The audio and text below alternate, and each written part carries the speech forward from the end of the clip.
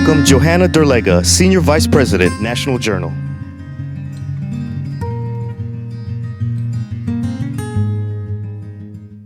Good morning.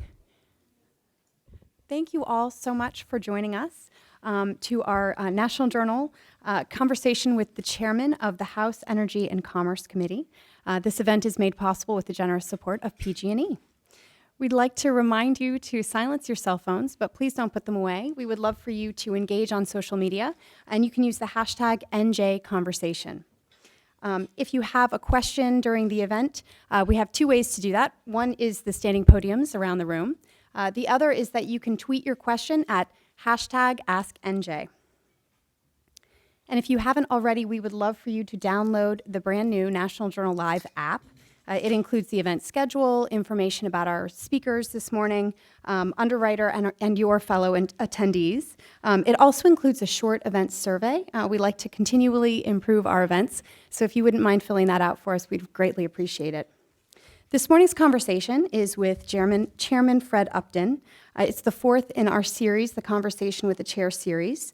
We will begin this morning with remarks from the chairman, followed by an interview with National Journal's correspondent, Fawn Johnson. So thank you so much, and I hope you enjoy our program today. Please welcome Sean Cooper, Senior Director, Federal Affairs, PG&E Corporation. Good morning. I want to thank Johanna and the National Journal for their continued leadership and bringing these type of conversation series to us, and bringing policy leaders like Fred Upton to speak to us. We at PG&E are really excited about this conversation this morning with Chairman Upton, or as he'll probably tell us all to call him Fred. If you know Chairman Upton, he always says, call me Fred. Under Fred's leadership, Energy and Commerce is one of the committees that is addressing some very important issues at this time. And he's doing it in a bipartisan fashion, which is kind of unique in this town right now. A good example of that is his recent bill, the 21st Century Cures Act, that remarkably passed the committee in May at a 51-0 vote. That vote went to the House floor earlier this month and passed by, I think it was 344 to 77. Chairman Upton and his committee now turn their attention to the very important issue of energy, and it couldn't come at a better time. The U.S. Academy of Engineers has stated that the greatest invention of the 20th century is the electric grid. And when you think about it, that grid has served us well for over 100 years. Large generation facilities that delivered power through transmission lines to neighborhoods, homes, and businesses. That grid was built upon four principles. It had to be safe, it had to be reliable, it had to be clean, and it had to be affordable. It was a catalyst that that made the United States the greatest economic power in the world in the 20th century. That paradigm, however, is now changing in how we generate, how we deliver, and how we use energy. A couple of things to think about in this discussion. The Economic Magazine stated that in the next 5 years, nearly 80% of all the world's adults will have a supercomputer in their pocket. Cisco Systems states that over the next 5 years, that there'll be 50 billion things on the grid. We at PG&E have coined the phrase, the grid of things, because it helps us address their changing customer base, who has different needs and different wants now. We also have seen a great change in our energy supply. We now have 175,000 homes in the PG&E system that receive their electricity primarily from rooftop solar.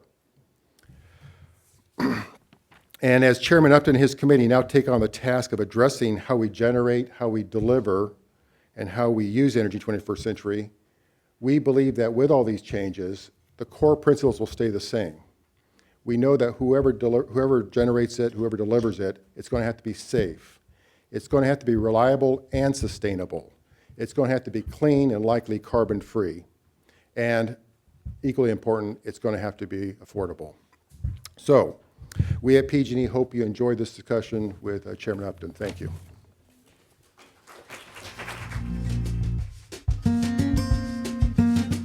Please welcome to the stage the Honorable Fred Upton, Chairman of the U.S. House Energy and Commerce Committee.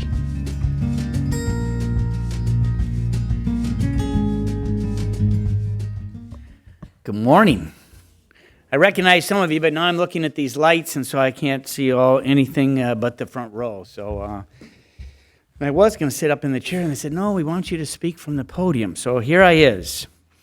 It is nice to be here, and I want to share with you a little bit about my philosophy of chairing the Energy and Commerce Committee. So as many of you know, this is the oldest committee in the House, and arguably the most important. Paul Ryan hates when I say that. But we had, seriously, when I was elected way back when, I came to the Congress with my freshman class and did a lot of orientation. And for me, I had worked at the White House before I ran for Congress. And one in our leadership was the name of Lynn Martin, great lady from Chicago, later became Secretary of Labor. And Lynn, in her opening introduction to our class was, oh, okay, you all are Republicans. For my lifetime, but for some 40 years, Republicans had not been in the majority. And she said, two things are going to happen. If you have a good idea, it'll either be defeated or stolen. Pick your choice. You're really not going to get a lot of things done. And I want to say that in the House that year, I think we had about 146, maybe 150 Republican votes. So that's not anywhere close to what the minority under Nancy Pelosi has today. But I said, that's not going to happen to me. I'm here to get things done. I do have a lot of, I think, good ideas. And I'm not afraid to work with the other side of the aisle to get them done. And so as I look back at my early years in the Congress, one of the things that I worked with, and I just passed a huge demonstration out front in support of the ADA, Americans with Disabilities Act. I voted for that. I was with President Bush 41 when he signed that into law. And one of the things that I said at the time was, look, I represent Southwest Michigan. We have a lot of small communities, a lot of small businesses. I mean, towns that are pretty old. And I knew that small businesses didn't want, for sure, they did not want to discriminate against those with some type of disability, but frankly, they didn't have the funds to either remove the steps, build the ramps, change the restrooms, widen the doors, whatever, many things that, of course, are natural today, but in the 80s and the 70s, that didn't happen. So I reached across the aisle and I said, I'm going to have a tax credit, not my committee, but I'm going to offer a tax credit to small businesses that provide structural changes to comply with the ADA. And I looked for a Democrat to co-sponsor, and I could not find one for a little while. So I found Kweisi Mfume. I may have been the only person that could spell it right, let alone say it. Kweisi was in my class, Democrat from the inner city of Baltimore, represented my mother-in-law, really a marvelous individual, later head of the NAACP. And it was the Upton Mfume bill.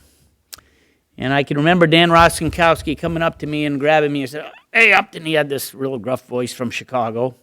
He said, oh, we got, 240, 250 co-sponsors. He said, you got a good idea. We're going to put it in our bill. You need to vote for it. I said, great. So it's law.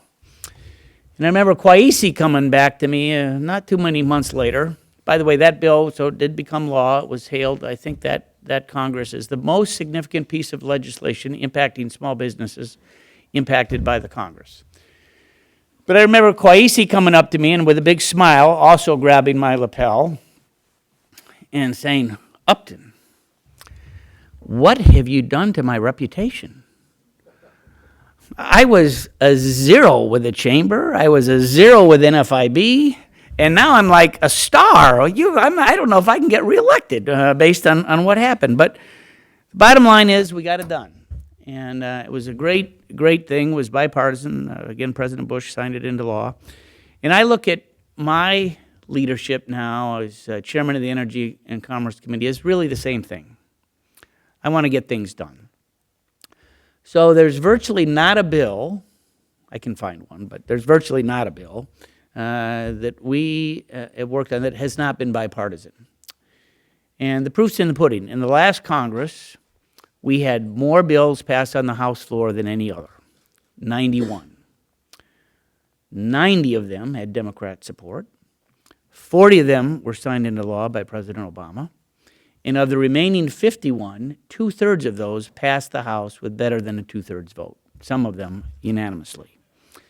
And we're actually off to a better start in this first 6 months of this year than we were in the first 6 months of the last Congress as well. In fact, this year we've already had 72 hearings, 2 today. We've had 21 bills pass on the House floor. I haven't done my analysis, but I'm pretty sure that all of them had bipartisan votes. Some of them, pretty substantial. And some have been signed into law, and we've got still 6 months to go in this year, let alone next year. We've had a couple of big ones. SGR. I mean, this is the doc fix. This is the reimbursement for physicians. Really saved Medicare. I mean, I look back and, the Medicare vote back in the 60s when it started was a huge vote, but this really, to me, saved Medicare, not only for the physician community, but also for the senior community as well, because without it, physicians simply weren't going to treat those over 65 that were relying on Medicare. We had done, I want to say, 17 different patches. Without a patch, in essence, you would have sometimes as much as a 15, 20, even a 25% reduction in the reimbursement for whatever the service was, a new knee, whatever it might be. And physicians would have just closed the door. And we had a lot of meetings in the last Congress. We passed this out of our committee 51-0. We worked very closely with my friend Dave Camp from Ways and Means. He did a similar bill, but at the end of the day, we didn't get it done, and so we came back early this year. And really, thanks to John Boehner and Nancy Pelosi working together with us, we were able to pass a bill with 392 votes in the House, 92 in the Senate. And at the Republican conference meeting this morning, we meet the first full day of every week. At 9 o'clock, Speaker Boehner led off by saying a new Medicare report that was just submitted last week indicates that the entitlement reforms that we enacted to help pay for this are going to amount to better than $2.9 trillion over the next couple of decades. That's not bad. TSCA, this is the toxic chemicals. This is the reporting that particularly chemical companies, but really most big companies in America that deal with manufacturing, hadn't been redone in decades. I want to say 40 years. We passed it thanks to the lead of John Shimkus, chairs that subcommittee for me. We passed it on the House floor in March. I think it was March. It was sometime this spring. 398-1. Not bad. And the Senate is right behind us. They've passed a bill out of committee. We expect it soon, maybe even the next couple weeks. We'll see. And then a real signature event for me, and part of the introduction for me was our effort on 21st Century Cures, H.R. 6. So for the last year and a half, we've been listening really to as many experts as we can to have them tell us what we can do to expedite the approval of drugs and devices. And we did. That's what we did. We listened to, you name the group, venture capitalists. They've pulled back on investment in this country by 50% in the last 5 or 6 years. They've gone overseas because that's where they've had the approvals come faster. So if they're interested in making a buck, that's where they want to go. This is going to change that, I think. We sat down with researchers. We went to a lot of university med schools. We had a lot of them come testify. We probably had 40 or 50 different roundtables and subcommittee hearings, not only here in D.C., but around the country as well. I think almost all of the my colleagues on the committee, Republican and Democrat, had similar roundtables where they put groups of folks together where we could really just ask some questions, no opening statements, no big speech, but really have them tell us what we could do. And just lots of examples of what we could do. We worked with the FDA. Obviously, we want to make sure that they're safe. We have a gold standard that's out there. We don't want unsafe drugs on the market. So particularly we relied on the expertise of then the current director, but also Andy Van Eschenbach, who's the former FDA director. And he actually sat down with us for probably about 2 weeks. Almost every day he would bring in a team. I gave him one of my subcommittee rooms, and he sat down with both the Republican and the Democratic staff, and they literally poured through a couple of the drafts that we had. Our drafts were maybe 500-600 pages long. They literally, in a binder, went through page by page. Here's what you did right. Boy, if you just fix this a little bit, or here's what you add, and we took his ideas. They were great. And we've heard from, Janet Woodcock, who's in charge of really the pharmaceutical end of things. She's very much on the record in terms of what we did was ensure the safety. Jeff Shuren, who does the medical devices. Remember I said it's drugs and devices. So in my district, Pfizer's my largest employer, started as Upjohn actually in Kalamazoo a lot of years ago. Stryker, a major medical device company, Homer Stryker started in Kalamazoo as well. Perrigo, it is my largest employer in one of my counties, a major generic drug firm. I mean, we worked with all these folks. We worked with the FDA. We worked with researchers. We worked with bio. We worked with pharma. We worked with patient groups. They were terrific. What is it that we can learn from you all? How can we use this patient data so that we can really make sure that that we get drugs to the right people and we work with the administration. Sylvia Burwell has been terrific. If you might remember the President's State of the Union address, he talked about precision medicine, and I reached out to Sylvia.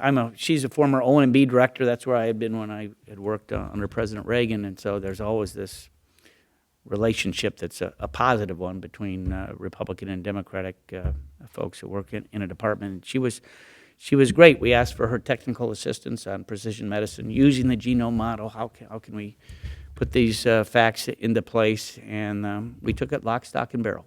It was great. And we got I thought, a pretty good statement of administration policy. When that bill came out of committee, we passed it out of committee 51-0. It was a lot of hard work. It was not any easy vote, let me tell you. I actually had to adjourn the markup in full committee for 24 hours just to make sure everybody was on board, and we picked up votes when that happened. And then on the House floor, 344 votes. I mean, that's pretty amazing again. And as Kevin McCarthy, and I got to say our leadership on both sides of the aisle, Nancy Pelosi, Steny Hoyer, John Boehner, Kevin McCarthy, Steve Scalise, I mean, they were all very good, all very supportive as we lined up the votes to get this done. And as we have learned already, certainly in this Congress, when you can pass something with 300 votes, the other body is going to take it. And so this afternoon, I'm sitting down with Lamar Alexander and Patty Murray and some other members of the Senate as well, I think. But our goal is to work with them to get them to do a similar type bill, go to conference, and really get it done. One of the landmarks in this bill is $2 billion a year for, in essence, almost $2 billion. It's a little bit short of that, but it's in essence about a $10 billion new dollars for the NIH over the next 5 years. And again, going back to my roots, I'm a fiscal conservative. If you add spending, you got to find a place to cut it back. And so within our committee's jurisdiction, we found this savings. We worked with the appropriators. So there's a little rule in the House that I didn't know about till I really started on this thing, that it's subject to the point of order. You can't appropriate money without the appropriators doing it. So we take the savings, we put them in essence in a lockbox that only the appropriators have a key for, so they get to spend it, but in essence they will, and it'll go to the NIH.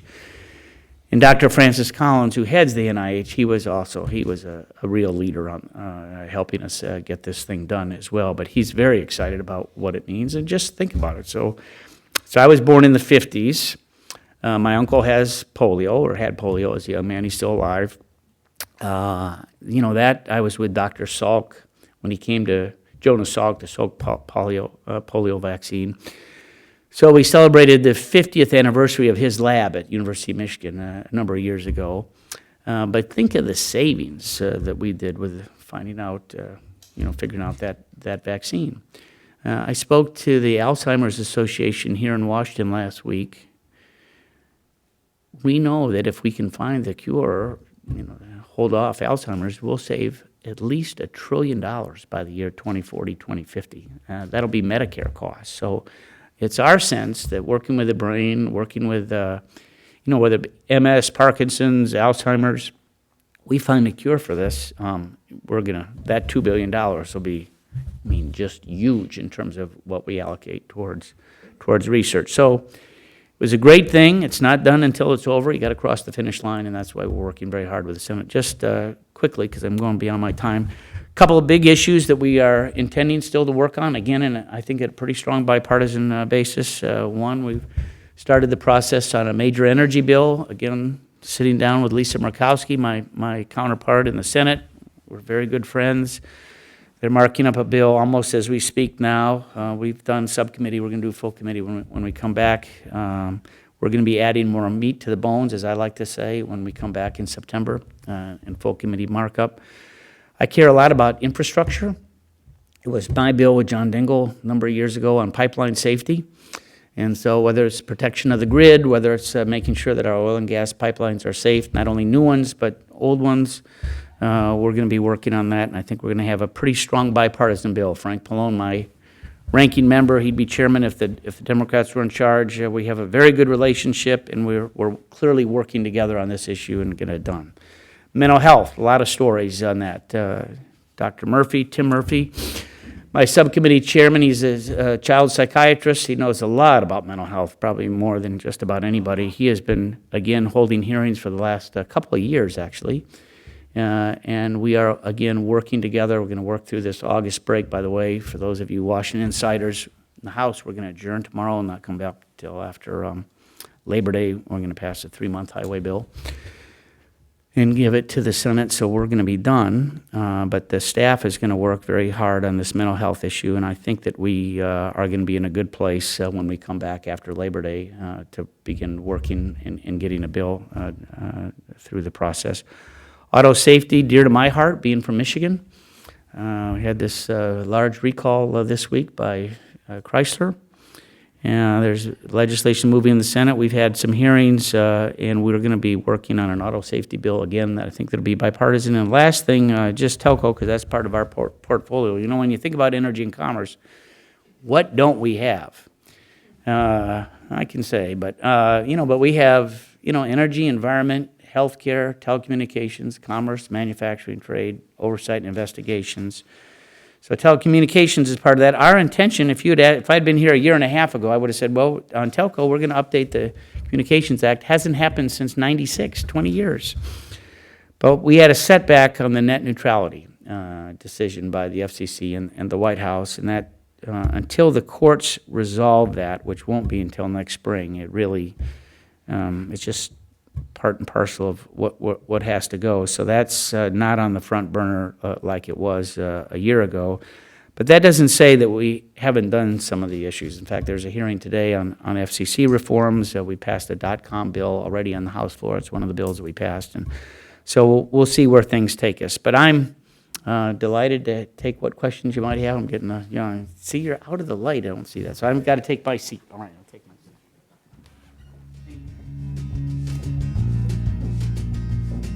Please welcome Fawn Johnson, correspondent, National Journal. Good morning, Fred. That was we don't call him Mr. Upton, we call him Fred. Right. This is the rule.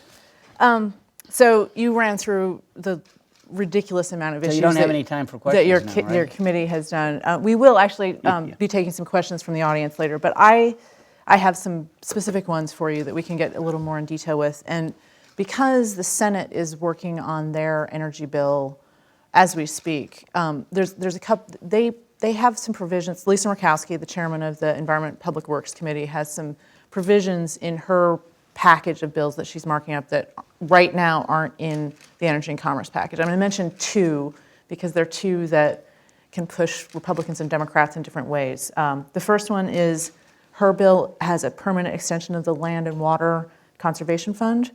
And it also expedites, which is that's good. That makes Democrats happy. And then it also expedites liquefied natural gas exports, neither of which yet are in the Energy and Commerce bill. So, you've said you want to do this in a bipartisan way. You want to make sure that Frank Pallone is on board. How are you going to take issues like that and incorporate them into your bill moving forward? Well, couple things. Land and water conservation, I think, is probably more the Natural Resources Committee versus ours. I want to say we've passed a couple bills that have gone through. I don't know specifically if they match up or marry up with what Lisa is intending to do. But that's why you have a conference. I mean, we want to get a bill. So Lisa and I sat down. We have a very good relationship. We sat down a number of times this year talking about where we want to go, what is our timetable going to be. So if they pass that in their bill, that's fine. We'll go to conference, and they'll probably add Rob Bishop and some others to the conference. As it relates to LNG exports, we did this bill last year in the House. Steny Hoyer was a voter for it on the Democratic side. I want to say we didn't get it through the Senate, so this would allow or encourage, maybe force, the Department of Energy to approve these LNG export licenses. It was bipartisan again in the House. I want to say that we did it again as a separate bill in about February of this year. I want to say we had 271 votes, so almost enough to override a veto, but it's our expectation that the White House, if we're able to get this again done in a bipartisan way, that they would sign that into law. So again, she puts it into conference. It's probably not going to be in our bill because we've already done it, but I would guess that we could go to conference and get it done. Yeah, and can you talk a little bit about how you've been working with Mr. Pallone on this? Because I think I don't know where Mr. Pallone is on, just LNG writ large, but I know that he's had a lot of questions about its use in New Jersey. So you have made sure that he has stayed on board with everything thus far. Yeah, a couple things. I had the opportunity to go to Eastern Europe in May, and Eastern Europe being Ukraine, we sat down with a number of our allies in Europe. We know how LNG is important to their economy and their reliance, particularly on the Russians. And this is an opportunity for us to step up and help our allies that are there by providing this. We had also received a number of reports from the GAO and others saying that, in fact, if we did export LNG, it would not raise the price by any significant amount. So in essence, the price here stays stable, and so it'll be a good tool for us. And all of us on the trip, I want to say I took 8 members with me, eight colleagues, and I think they were all very impressed and understand the importance of exports to LNG. So Frank and I have sat down on energy. We sat down a week or two ago prior to when we marked it up in subcommittee, and in essence have a handshake agreement that we're going to work together on all the provisions within our energy bill as it moves forward, knowing that our first package that we passed was a little bit of a bare bones. I mean, it's not real fat, but it's going to get more substance when we get to full committee markup. What do you anticipate will be added onto the full committee? Well, so one of the things we don't have in this bill is, and I talked to the Secretary of Energy earlier this week, so obviously that was yesterday since it's Tuesday. And, he's a busy man. He's testifying on Iran today. I know this is all on the record, but he thought I was calling about Iran. Maybe that's why I got through. No. We have a very good relationship, but it was on energy, and specifically, I was wanting to walk through with him a number of proposals that they want. He cares, as he should, a lot about infrastructure. And we've had some, we want to make sure that the grid is secure. We want to make sure that our pipelines are safe. Sad that in Lois Capps district, a member out in California, a member of our committee, they had a pretty big break about 2 months ago or so. We had a big pipeline break just outside of my district a few years ago, and spilled 1 million gallons, $1 billion to clean it up. And, we passed the Upton-Dingle bill with, I think, one vote against it. But new standards for any new oil and gas pipeline, that expires, that authorization expires the end of September. And so it needs to be reauthorized. We work with transportation, so this is Bill Schuster's committee. But I'd like to put in some new standards and not only, on new pipelines, but also look at existing pipelines. So we've got some ideas that we're going to work through. Speaking of oil and gas. Let's talk about the Strategic Petroleum Reserve, which has been referred to as a piggy bank and an ATM by my colleagues and others. You have $5 billion in your Cures bill. Might be a little more than that. We adjusted it a little bit. Oh, did you? As part of, to help pay for it, the offsets that we were talking about earlier. It is also a provision in the Senate Highway bill. We also know that Lisa Murkowski is not a fan of tapping the SPR for anything. We don't know how much sway she has on that particular issue, but let's talk a little bit about how that's changing and what Pandora's box did you open up when you put SPR in the Cures bill? Well, a couple things. So I was here in the 70s as a staffer when we had the oil embargo, and I can remember. I lived on Capitol Hill. I didn't have a car the first couple of years, but then eventually I got a car, and we have these hot summer days like today, and I grew up in Michigan, and I like going to the beach, so I would, got into a beach house with a lot of my friends. So that's the only time that I would drive, but I would have to take literally my lunch hour to go sit in a line at a gas station. And on the odd day, because that was my license plate, ended up with a 1, so I could have to go on, odd. You could fill up your car on odd days and not on even, depending on what your license number was. And I'd fill up so I could go to the beach and go back on a weekend. And, things have changed a lot. So Congress back then, they set up this Strategic Petroleum Reserve, or SPRO as we call it. And the law requires a 90-day supply. And so for decades now, we've been filling up these salt caverns. I'm going to send the staff down there. That's one of the things I talked to the secretary about yesterday. To look at these, it requires a lot of maintenance, actually about $250 million a year annually on the maintenance of these caverns. And that supply now, it's not 90 days. By 2018, when you look at the chart, we're going to have almost 3 times that. Almost a 260-day supply by 2018, though the law requires 90. So we said, look, it's not mine, right? As we want to pay for it, I wanted to pay for it within my committee's jurisdiction. So I said, in 2018, we're going to start withdrawing a half a day supply of what the U.S. uses. And we're going to apply it to our Cures legislation. And we got a sign off from the Dems on the committee, and this was part of our parcel. And to his, I'll say, the secretary isn't terribly excited about what we did. He did call me a month or 2 ago. He had heard a rumor that it was going to be used for highways. And I said, good news. It's amazing how those rumors turn out to... I said, good news, I got it stopped. He said, oh, phew. I said, that's old news that you're relying on. He said, oh, good. And then I said, where are you going to be on Monday? Because that's when we were unveiling what we were doing. So he told me, and so then I said, well, the good news I gave you on Friday, the bad news is we're taking a little bit of it for Cures. And we had a little bit of a negative reaction, I guess you could say, from some of those in the Senate. But of course, with the exception of Lisa Murkowski, now some of those that were opposed to what we did on Cures now all of a sudden embraced it for highways. Our House position on both sides of the aisle is that they're not to use this for highways. So explain that. How is Cures okay, but highways not? Well, because we had it first.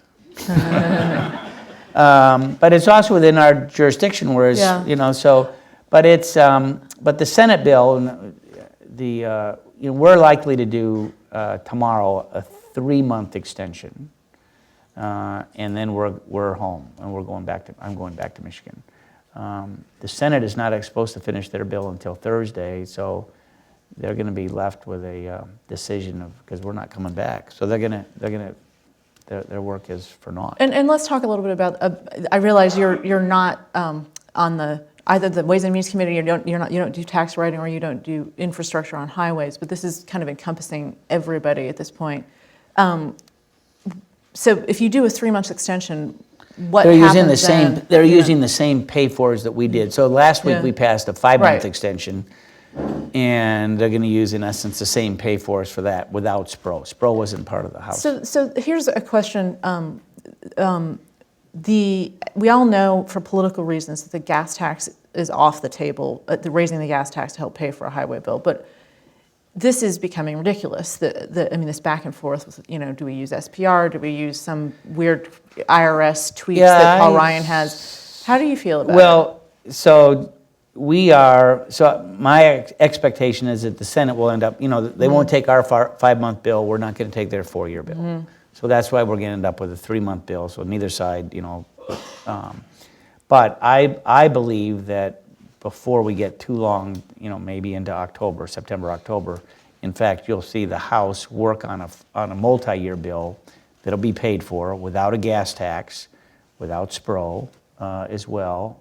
I do know, and it should pass with, I hope, with bipartisan support. Yeah. You're assuming that's also including some tax reform stuff. I realize this is. I don't want to speak for Paul Ryan, but he's got some ideas, and I think they'll.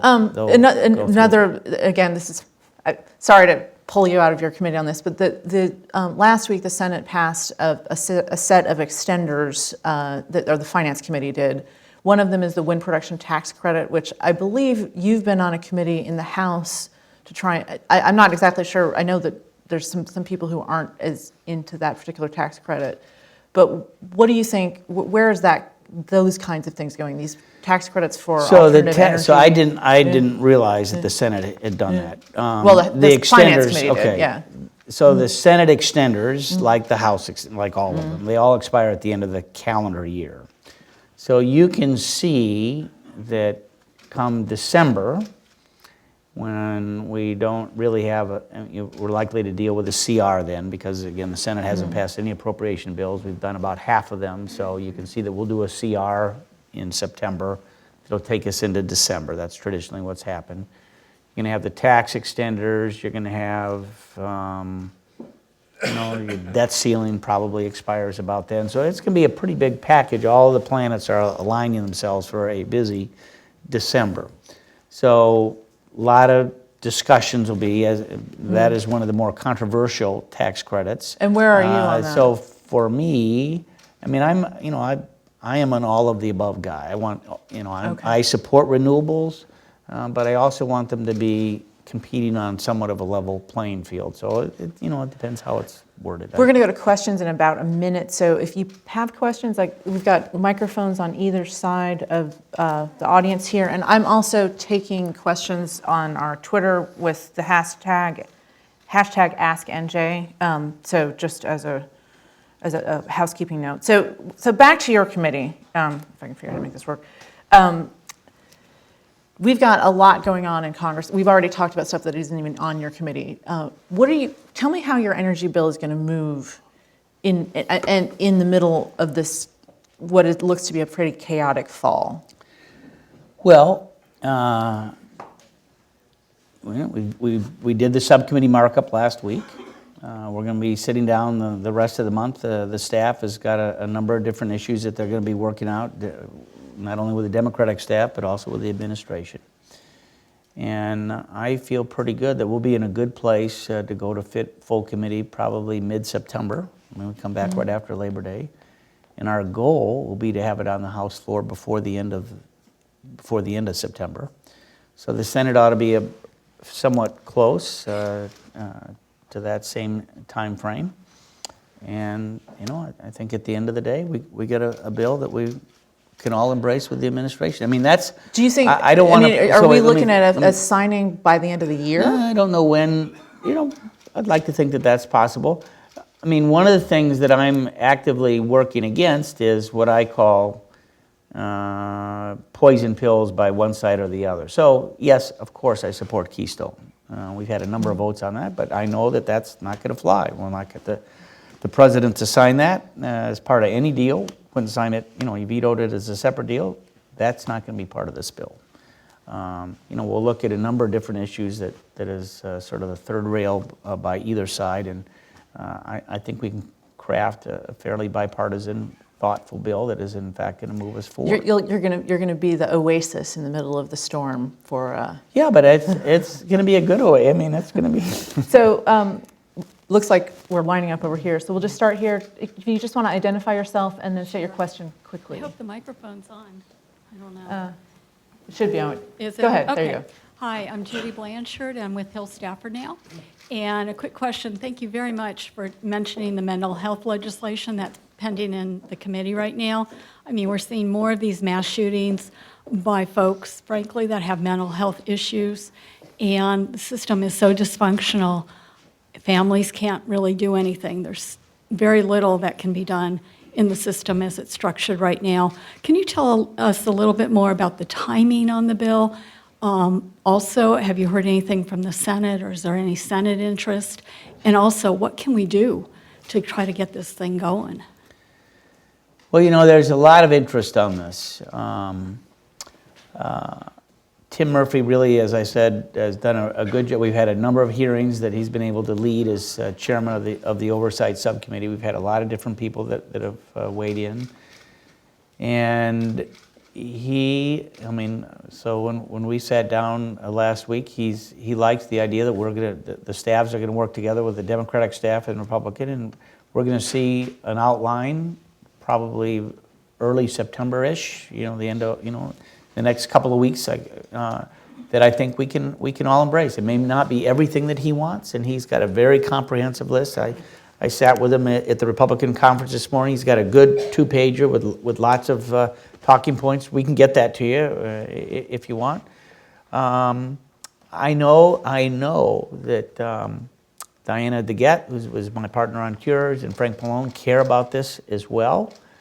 And there's been, I was reading The Economist on the plane coming back from Michigan yesterday, and there's a big story referencing again Murphy and what he's doing on mental health. So this is going to be on the front burner for us. As it relates to the Senate, I'm sitting down with my counterpart Lamar Alexander this afternoon. I don't know if the big focus is Cures, but we may have a little side conversation on that. And I'd like to think that if we can do a lot of the heavy lifting and it's bipartisan, everyone ought to be able to embrace it. So let's go to the next question, please. Thank Just you. so we make sure we get a few of you guys in. Thank you, Mr. Chairman. My question relates to critical substations, electrical substations. We've recently seen a number of attacks on these substations, and we know that if a certain number of them are taken out, it would devastate our economy in certain areas. What is the committee in Congress looking at in terms, some companies do a great job protecting them, other companies do nothing, and how does your committee look at that issue? Well, this has been a concern for a while, and our committee has had some classified meetings as well as unclassified. They've all been bipartisan. I think we're all concerned about cyber attacks, but we're also concerned about physical attacks as we've seen a number of different situations, particularly out in California. We want to work with the industry, we want to work with DOE, we want to work with FERC and NERC to make sure that all of our substations and infrastructure are protected. And my sense is that there will be a provision that will be allowing for more infrastructure protection in the bill as it moves through the committee. I can't give you the specifics because they're not done yet, but it's an interest certainly that I share, that I know the Secretary shares, and I know that Frank Pallone shares as well. Thank you. Hi, my question has to do with nuclear waste legislation. Do you foresee the committee touching on that in the next coming months, or where do you see that going? I hope so. The issue of nuclear waste has been around now for a number of decades. There was once a nuclear waste fund that ratepayers, if they used it, some $35 billion was collected. That stopped about 2 years ago. We have Senator Reid, just, has been a big roadblock as it relates to Nevada. I'm hoping that we might be able to structure some legislation that would allow Yucca to proceed, knowing that we got still a lot of work to do. as well as develop on a similar track a site or multiple sites for interim storage. And you know, it's early in the discussion stage, but it's something that I'd like to see happen at some point. For me, in my district, I've got 2 nuclear facilities. But, you know, every one of the 100 are on an environmentally sensitive area, river, lake, whatever. And we've got some that are closed. One just announced that they're closing in California, 2 years ago. We've got one in Michigan that closed. These sites, when they were licensed, sometimes as far back as the 70s, all indicated that, you know, the federal government would take care of and store the high-level nuclear waste on a permanent basis. You know, that site isn't ready, as we know, and so for many of these sites, they've run out of room in their pools, so they've got to do dry storage, and that's safe for obviously some time. But ultimately, wouldn't it be better to have one safe place instead of 100 different scattered sites around the country? And I think ultimately we'll come to a conclusion. Whether we can do it in the next year or so, I don't know, but it's worth trying. So we are at our 0 hour, but we have this lovely lady here. Oh, yeah. So why don't we, The you and last I, we're question. gonna run overboard and allow her to ask her question. Absolutely. Thank you. My name is Erica, Mr. Chairman, and I was wondering if you could expand upon the role of nuclear energy in your bill and also in America's energy portfolio future. Well, I don't know that when we get to full committee that there'll be a provision on nuclear energy. I mean, for me, I support all of the above policies. So that includes safe nuclear, includes renewables, wind, solar, et cetera. It includes energy efficiencies, and you know we've actually passed some of the bills. We did it not only in the last Congress, but the Shaheen-Portman bills were signed into law. Some of them earlier this year. So I don't know if we'll have a specific nuclear title as part of this. And on the issue of nuclear waste, which is related for sure, you know, we're not going to be ready to include something like that as part of an energy bill that we would mark up next month. I mean, there's, you know, I just don't see that possible. I don't think it's in the Senate bill as well. But for me, I'll just say I support nuclear. Again, I've got 2 facilities in my district, thousands of jobs, and I want to say that each of the 2 facilities is the largest taxpayer in those 2 respective counties. So it's something that I believe in, and I know that as we look to reduce our carbon emissions, something that all of us would like to see happen. Of course, you've got 0 emissions as it relates to carbon from nuclear, so they definitely need to continue to be part of that mix.